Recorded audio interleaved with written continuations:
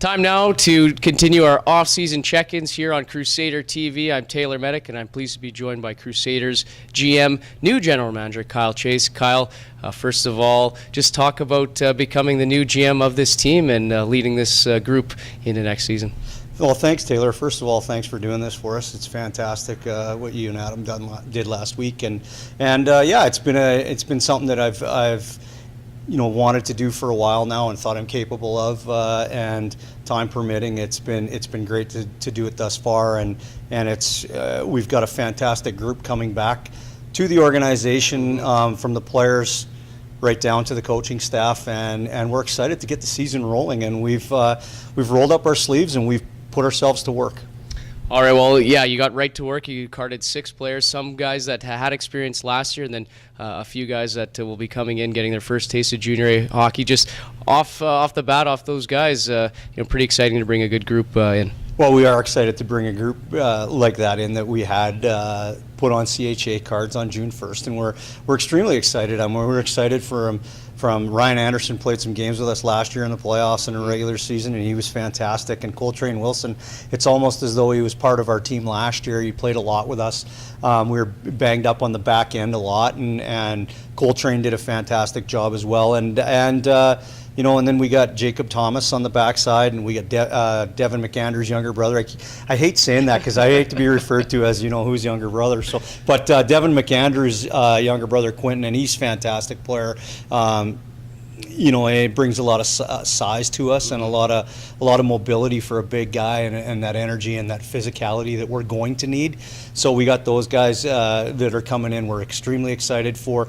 And then Brendan Stafford, who played at Shattuck St. Mary's this year, and I mean, when you go through that program, you know what kind of character and culture of a person you're getting. Not just the great hockey player that he's going to be, and is starting to come around. I think in Bantam he might have been underutilized offensively, but I watched him a lot in Bantam AAA, and we didn't get as much to see him this year, but Vince saw him at Oil King Camp and was very happy with him, our head scout, and it's something that we're all looking forward to, and and bringing in all those guys and bringing in a few of the others that we think that can, that are, you want to say, new to the organization, but we're extremely excited from that perspective. Bringing in Brandon Wallace, he played for the Sherwood Park Kings. I watched him a ton in midget 15 triple, in his 15-year-old year. I watched him the last couple of years, and here's a guy that played 2 years in midget AAA, and he's a very good player, and we're excited to get that recruit. He had affiliated with Spruce Grove last year, so we're extremely excited to bring him in as well. And back to that culture thing, we got a bunch of good citizens that are very good hockey players,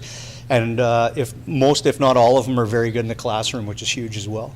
And with new players coming in, it's a new head coach, but a guy that's familiar with the organization, just Adam Mana. Talk about the hiring of him and what he means to this organization.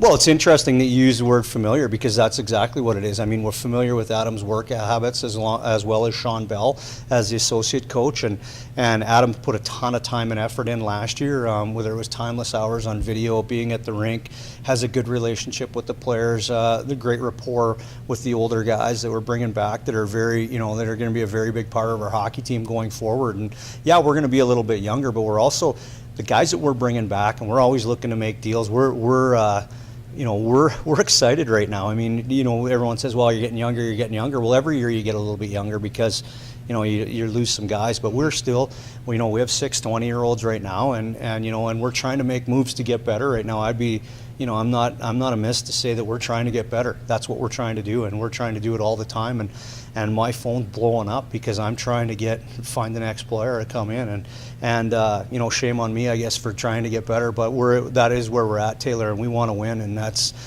a for sure. We're happy right now. We're bringing in a player from the Western Hockey League from the Regina Pats, and Jared McCammond, and Jared played just under 120 games with the Regina Pats, and things they worked out fine there, but he just feels that he wants more ice, and he wants to get into a league where he's going to be a key player and a feature player. And we're, at 6'1" plus and 195 pounds, and he plays hard, and he's an honest player. And again, back to he's a really good citizen. So we're excited to have him come in too. Well, and one guy that you're going to get back that you weren't expecting is the league's leading goal scorer, Tyler Malpe.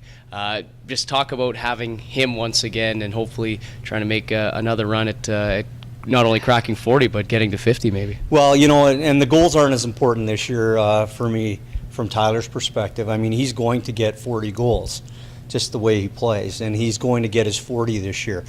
But the leadership piece and showing young guys how to compete on a game in and game out basis and those types of things, that's what we're asking more for from Tyler. Less penalty minutes. You can't have 80 penalty minutes and 40 some goals, right? I mean, I love his toughness. He doesn't need to be getting into fights. That's not going to be something we're looking for Tyler from. And and the discipline part of it is a big part of it. From not just Ty, but like Cole Chorney and guys that are coming back, and Darcy Zaharchuk and guys like that. Where our expectations. Ben Soa did a fantastic job this year of curbing his enthusiasm, if you will, as far as not taking as many penalties. And look on the score sheet, he had 30 plus points or 37 points, I think, this year. So that's a big year from a guy on the backside at 19.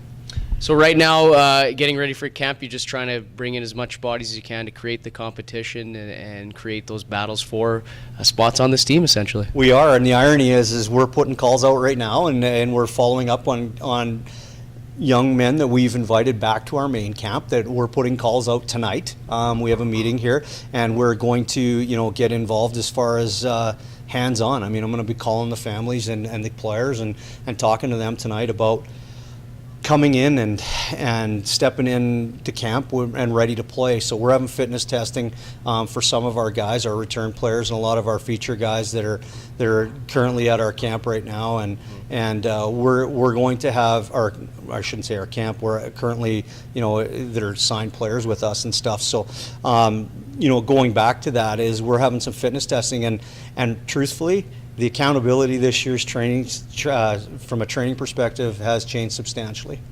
Well, that should be interesting. Lastly, I'll ask you about the schedule. Tough start for you guys. A lot of Spruce Grove. You've seen a lot of Spruce Grove over the years, and to start 16, 17, you see a lot of them, and as well as an interesting showcase with the Brooks Bandits and the Okotoks Oilers as your opponent. Well, and that's it. I mean, we had talked to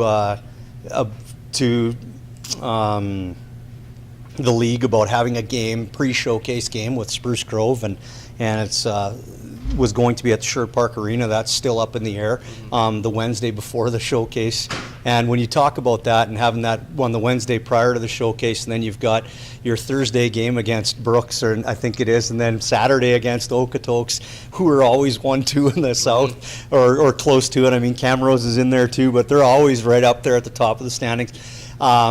Mind you, last year we thought we had a couple of lighter weights from the South, and we lost both games. Didn't turn out to be, yeah. So from our perspective, yes, we have a tough schedule. I think November 19th is our last game against the Spruce Grove Saints for the year, and and hopefully that works to our benefit. I know they've got a lot of changes there, including coaching, no different than us, but they've got, I think, 13 of their key players moving on, and and if there's a time to pounce, I'd like it to be now, and in fairness to Adam and Sean and myself, there is pressure on us, but there is some expectations where we feel that it's not necessarily pressure. We feel we've got a group here that can compete for one of the top spots in the North, Taylor.